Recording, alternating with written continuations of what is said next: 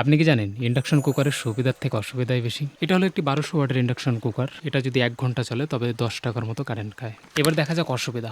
এর মেইন অসুবিধা হলো আপনার ঘরের একটা পাত্র এতে রান্নার জন্য উপযুক্ত নয়। কারণ কি পাত্রগুলোকে হতে হবে ফ্ল্যাট এবং পাত্রগুলোতে চুম্বক লাগতে হবে।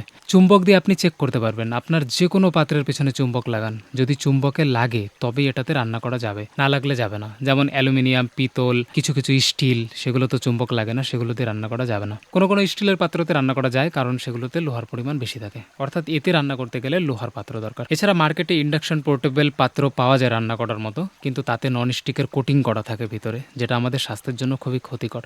যদি ননস্টিকের কোটিং না থাকে তবে নিতে পারেন। দ্বিতীয় নম্বর হলো সময়। এতে গ্যাসের থেকে অনেক বেশি সময় লাগে, ধরে নিতে পারেন ডবল। ৩ নম্বর হচ্ছে এটি একটি দামি ডিভাইস, তাই ব্যবহার করার সময় আপনাকে খুব যত্ন করে ব্যবহার করতে হবে। খারাপ হয়ে গেলে আপনার অনেকগুলো পয়সা লেগে যাবে। সারফেসের উপরে যেমন রং করা আছে, আপনার পাত্রটি গরম হয়ে এখানে লেগে যেতে পারে, তাই নিচে একটা পেপার দিয়ে নেবেন, তবে এই জিনিসটা হবে না। এটি হচ্ছে একটি প্রোডাক্ট। এখানে একটি ফ্যান আছে যেটা এদিক দিয়ে গরম হাওয়াটাকে বার করে দেয়। ভিতরে একটি কয়েল আছে এবং সেই কয়েলে যখন লাইন দেওয়া হয় তখন তার উপর দিয়ে একটা ম্যাগনেটিক ফিল্ড তৈরি হয়, সেটা বেশি ফ্রিকোয়েন্সির হয়ে থাকে।